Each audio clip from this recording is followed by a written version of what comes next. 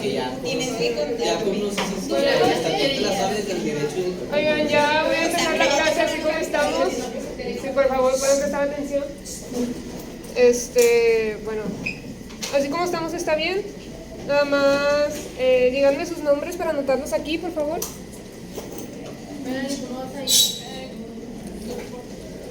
vas en Chiapas.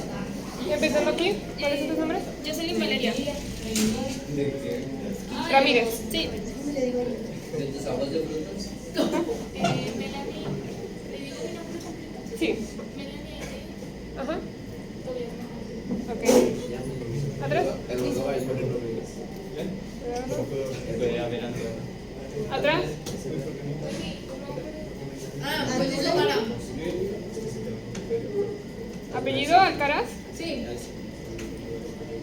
¿Hasta atrás? ¿Tu nombre es? Arturo Muriel. Ok. Aquí, Lucía Villavicencio. Villavicencio. ¿Atrás? Azucena Maldonado. Ok. Rodríguez de la Oye. Cruz. Rudy. Sí. Arriola Parra. ¿Alona Arriola? Sí. Bueno, sí, Federico. ¿Estás en las clases pasadas? Sí. Aquí está, sí. Yo siempre fui el último. Sí. ¿Es el último? Aquí hermano, no sé, clases. Aquí está. Alcaraz. También. Vale. El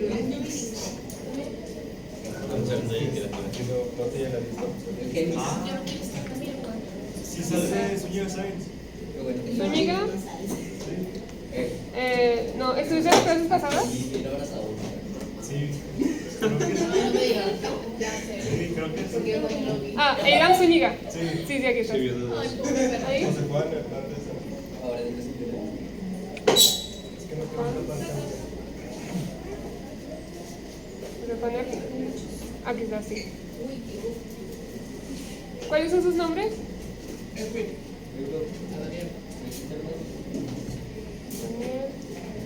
Ángela Paola. Ok, gracias. Y Ángela Gabriel. No pasaron. Cerraron la cuenta. ¿Qué nos pasa? No.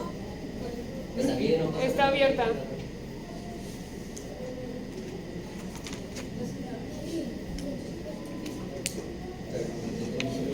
Bueno, voy a empezar la clase de hoy.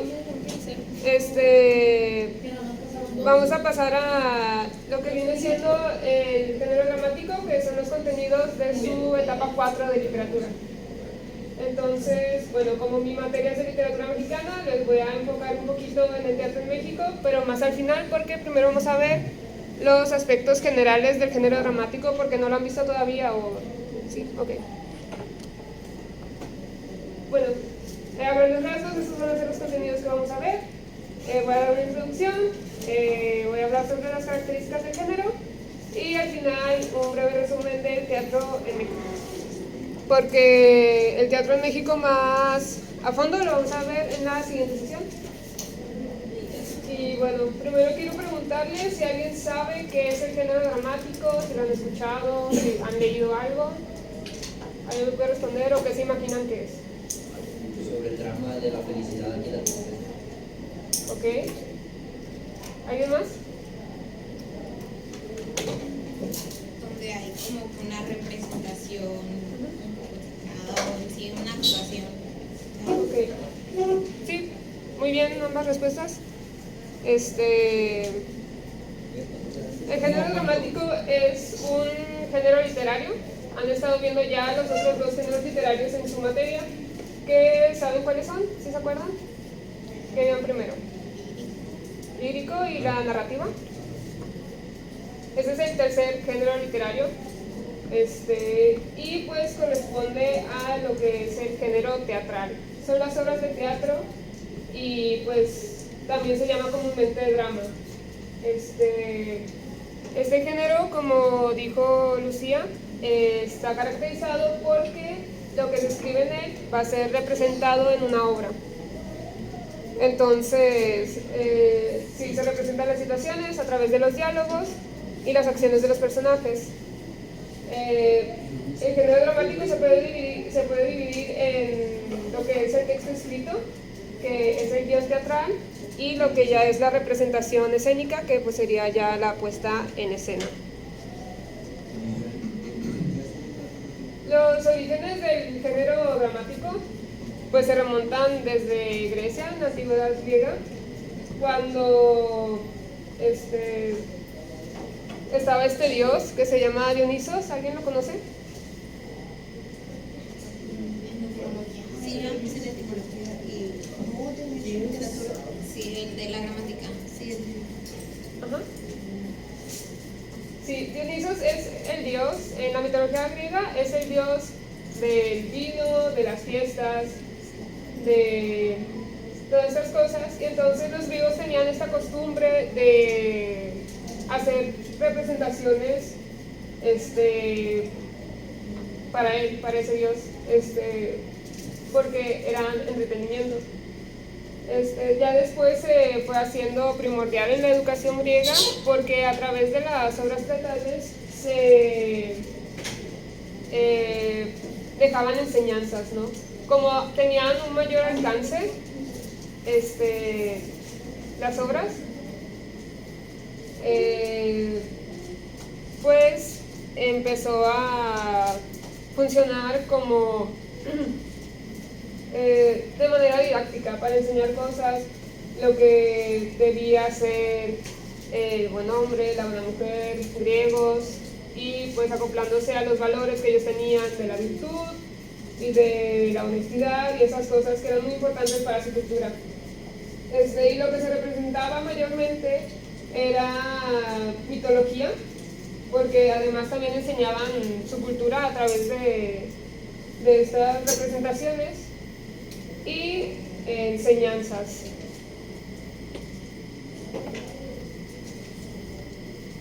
Aquí les puse un video, a ver si se ve, de Edipo Rey. Yo creo que esta es la tragedia griega más conocida. ¿Alguien ha escuchado de Edipo o algo así? Solo el nombre. No vamos a ver.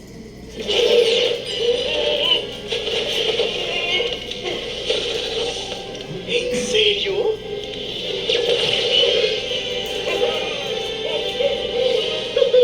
Esta Navidad escoge Duracell.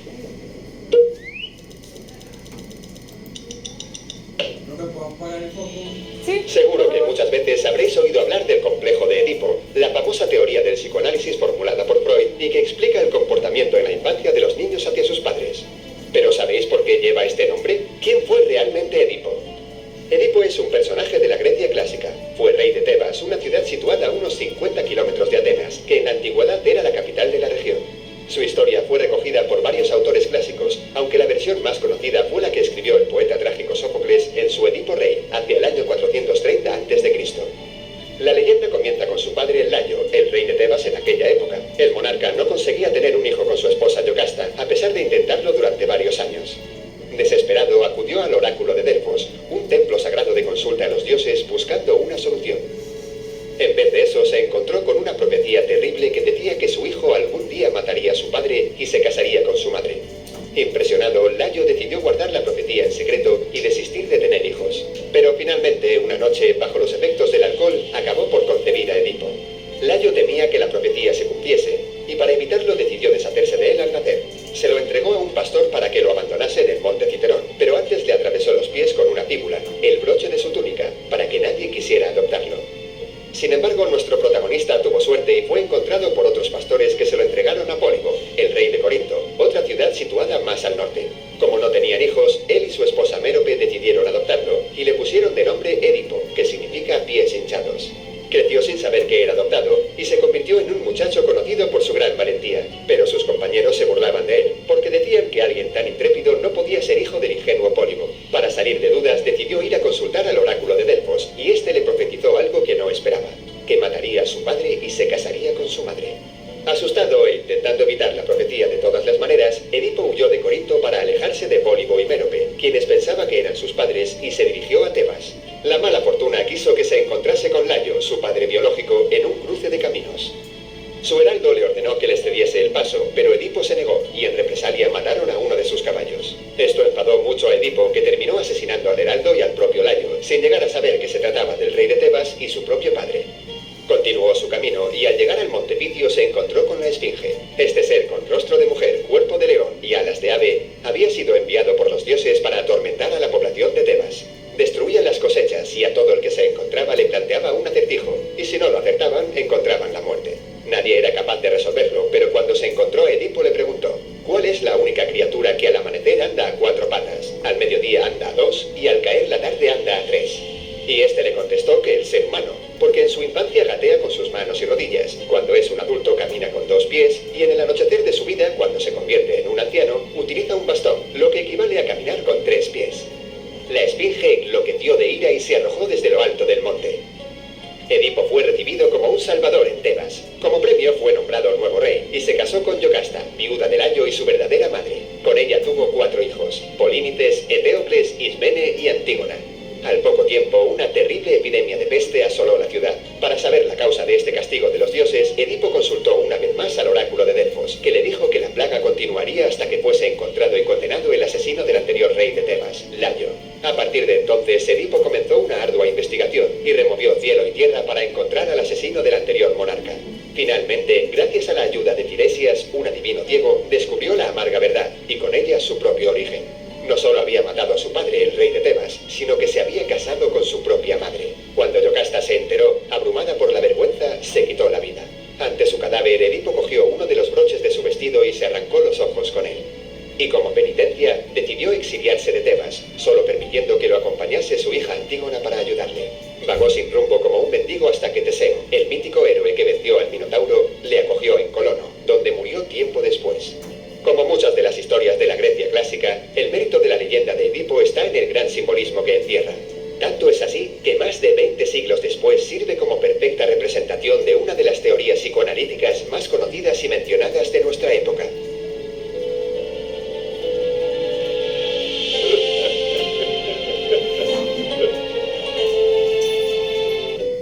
No olvides suscribirte y darle a la... ¿Qué opinan? Muy dramática. Sí, está fuerte, ¿no? Sí, encierra muchas como lugares comunes a las que acudían las tragedias griegas. Eran muy fuertes, muy trágicas al final. Y bueno, siempre trataban de presentar, en este caso, está, no se menciona como tal en el mito de Edipo como la enseñanza, pero los griegos tenían esta idea de que los pecados se heredaban a través de la familia. Entonces, todo esto que vivió Edipo, se supone, fue un pago por pecados que cometieron generaciones anteriores a él. Creo que el padre de Layo, su papá, había cometido una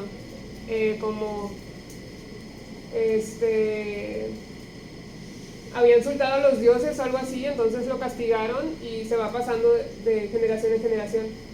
Y como tal, él no recibió un castigo en vida, pero sí fueron su hijo y su nieto, en este caso Edipo.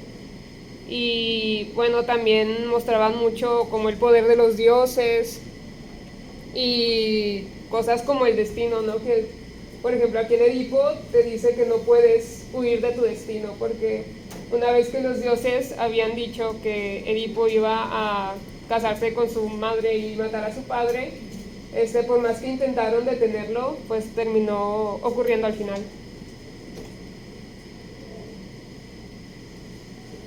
Y bueno, volviendo ya a lo que es el género dramático, este fue un pequeño ejemplo de lo que era el género en Grecia, en la antigüedad. Pues aquí tengo unas características.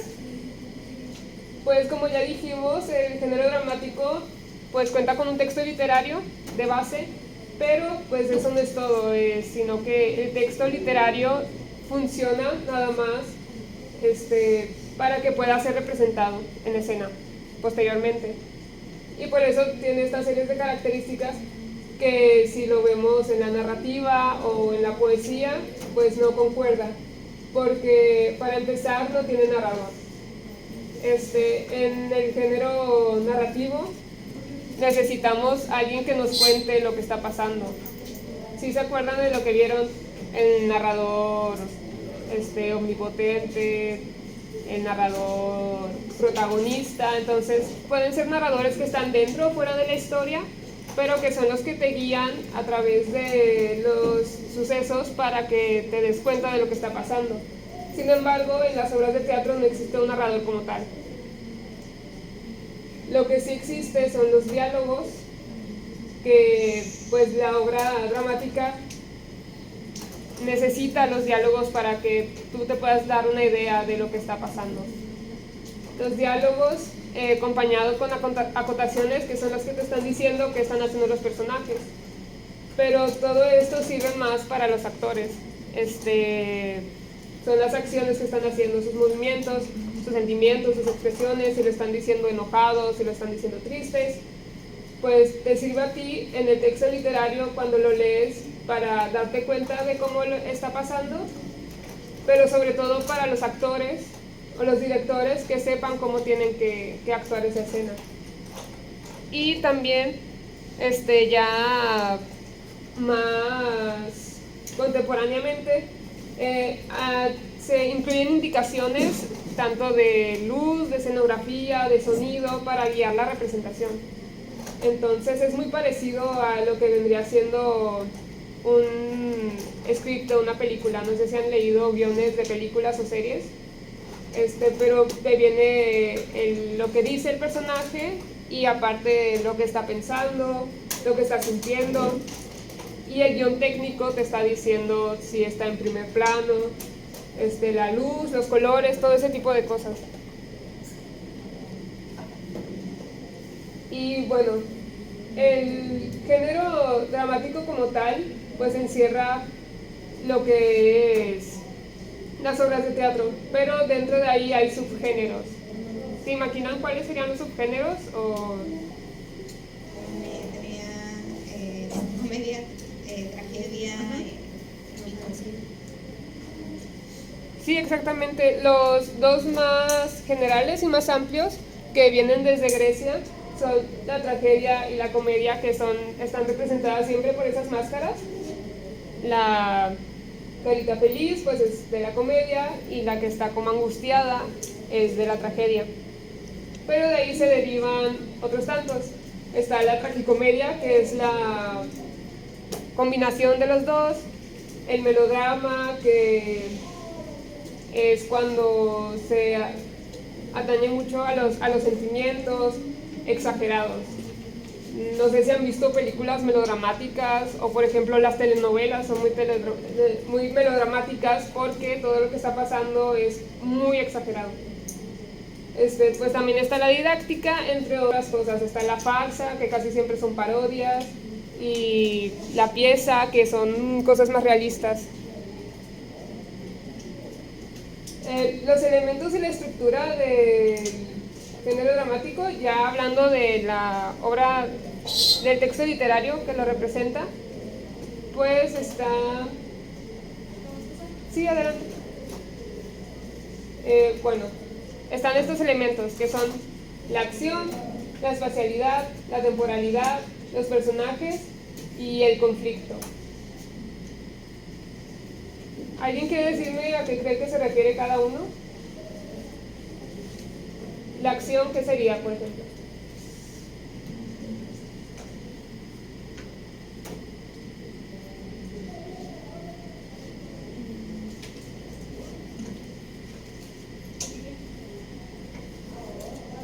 pues en el punto en el que empiezan a ocurrir las cosas. La acción son los actos como tal, lo que está actuando el personaje, qué está pasando. La espacialidad, esto está delimitado por la escenografía, y por el escenario como tal. Se adornan con elementos, no sé si han visto como cartones o ese tipo de cosas que pues te están dando esa dimensión espacial. En la temporalidad se puede referir a dos cosas. Hay dos temporalidades, es la que ocurre dentro de la obra, por así decirlo. Bueno, en términos narratológicos sería lo que ocurre en la diégesis, que es adentro del espacio ficcional que se está pasando. La temporalidad sería si la obra se desarrolla en unos meses, una semana, unos días, incluso años. Y también está la temporalidad física, que es la que nosotros estamos presenciando. Es cuánto dura la obra ya escenificada. Casi siempre duran 1 hora, casi 2 horas, 3 horas pueden durar, dependiendo de los actos y cuánto se tardan. Los personajes pues son los actantes, son los sujetos que realizan las acciones o en las que recaen las acciones de la obra. Y el conflicto, como todo, es lo que va a guiar la historia. Siempre tiene que haber un conflicto para que haya trama.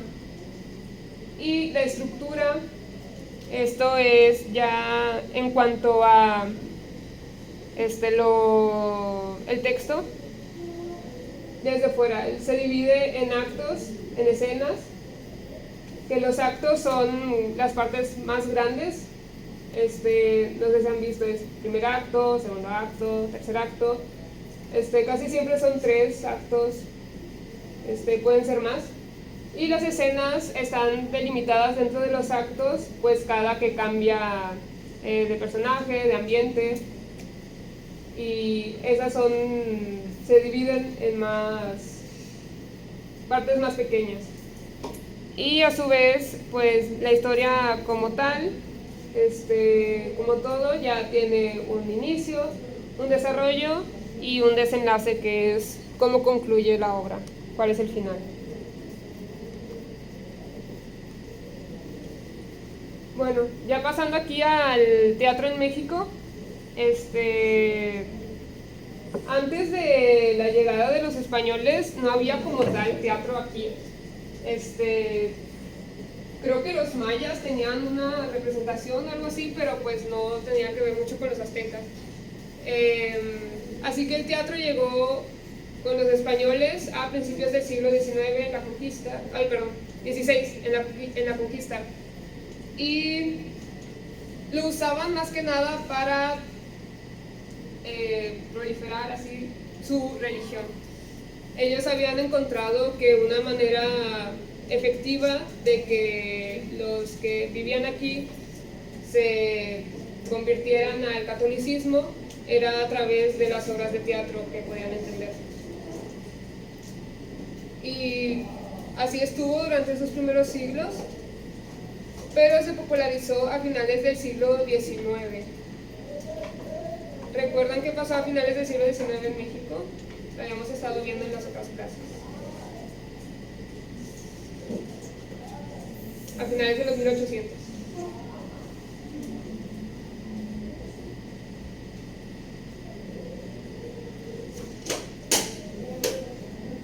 Bueno, en 1810 fue la independencia, ¿no? Entonces, ahí el teatro sí empezó a florecer más en México.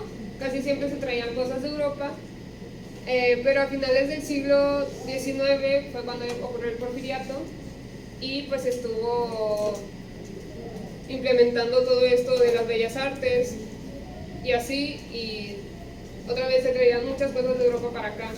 El Porfiriato abrió muchos centros de cultura, muchos teatros de los que ahorita existen en Ciudad de México, pues fueron construidos desde el Porfiriato. Ya después de la Revolución Mexicana se gestaron numerosos grupos teatrales. Sin embargo, estos obedecían a otro tipo de cosas, ¿no? Aquí lo puse. El teatro en su libre expresión sufrió un abandono, ya que en esta etapa se vio influenciado por los intereses de los grupos económicos que lo sustentan, como lo era el Estado y la Iglesia. Esto quiere decir que las obras de teatro no son gratis, sino necesitan patrocinadores. En ese tiempo, o eran patrocinados por el gobierno o por la iglesia, y pues cada quien estaba patrocinando sus propios intereses. El gobierno pues patrocinaba obras muy nacionalistas, muy... Un gato muerto. Un proyecto. No, ahí está el gato, huilo, achicharrado. ¿Verdad? De vinchas estas clases. Proyecto. Bueno, Como que ya se acaban las clases, ¿no? Pues yo creo- Tocó timbre. Ya son. Ya nos faltaban 5 minutos como quiera. sí, yo sé. Pero... Bueno, igual el Teatro de México lo vamos a ver más la siguiente clase, entonces si quieren eso lo dejamos para después. Pero nada más, ¿se acuerdan de lo de la evidencia que les había dicho? Para la próxima clase. Sí, es para la próxima clase. O si no, si pueden mandarme un correo después, igual yo les aviso. Pero recuerden que les había prometido que les iba a traer fragmentos de los textos que habían escogido. Entonces, nada más para entregarles eso y ya se pueden ir. Ya no se cargó. Si les pide que si tenía el libro. No me iba a Es que dijo que la fuéramos a buscar. Ay, es que no estuve en la clase pasada. ¿Y la pasada hecha? No, salí porque tenía juegos. Ah, ok. Ay, ya llegó. Es aquí, No es cierto, no ha llegado. No, no llegó.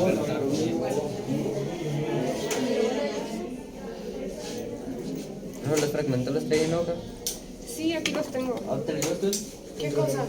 Ustedes escogieron la tumba, ¿verdad? Sí. Aquí está, para que le den una leída. Y pues acuérdense que les había pedido nada más los datos generales. Pues el autor ahí está, nada más el año de publicación, el género literario que pertenece, su género, ese tipo de cosas que aparecen en internet luego. Nada más esos datos generales. Y la evidencia es una infografía. Entonces, no sé si quieran trabajarla la siguiente sesión para que la tengan aquí y ya me la entreguen. O llevársela de tarea. ¿Ok? Sí, está bien. Cada quien tiene que tener una de estas, no importa si mando foto al grupo. No, así con fotos. Ok. La mía es la de los Para que vean, profe, bien. No sé, los signos del zodiaco. Sí.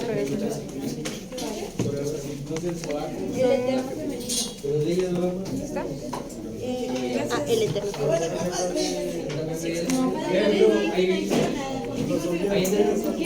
Son las primeras páginas, nada más para que se den una idea. No importa si nada más concreto. Sí, está bien. Gracias. De nada. Ahora, ¿quién lo había escogido? Profe, ¿puedo ir? ¿Puedo salir tantito? Es que ando buscando un profe. Sí, está Ya bien. llegó. ¿Está en mi gimnasio? Yo creo que sí. Recogen su texto y ya se pueden ir, entonces. Sí. Pero...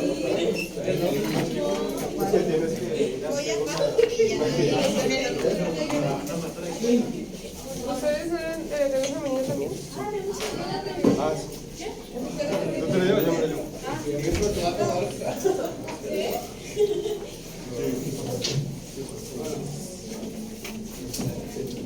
Igual ya que recojan los que escogieron Aura, ¿no se acuerdan quiénes fueron? Los que escogieron Aura, ¿quiénes fueron?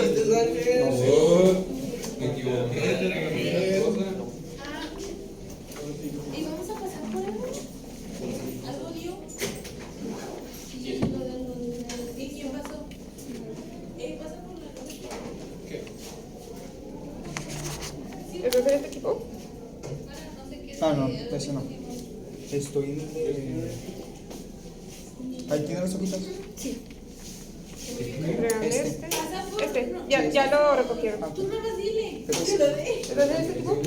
Sí. Este es su texto. Sí.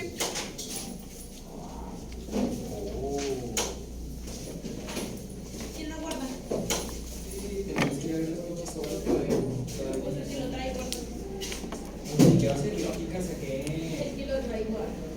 Saqué 90 y ya muy quedamos con el global.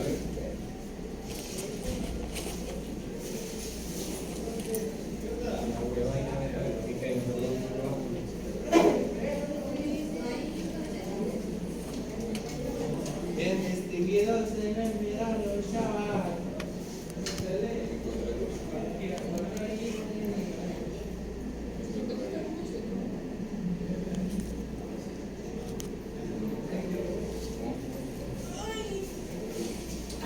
Iba a cerrar mi cuenta del Netflix. A ver si prende. Yo creo que como se apagó ya se cerró todo.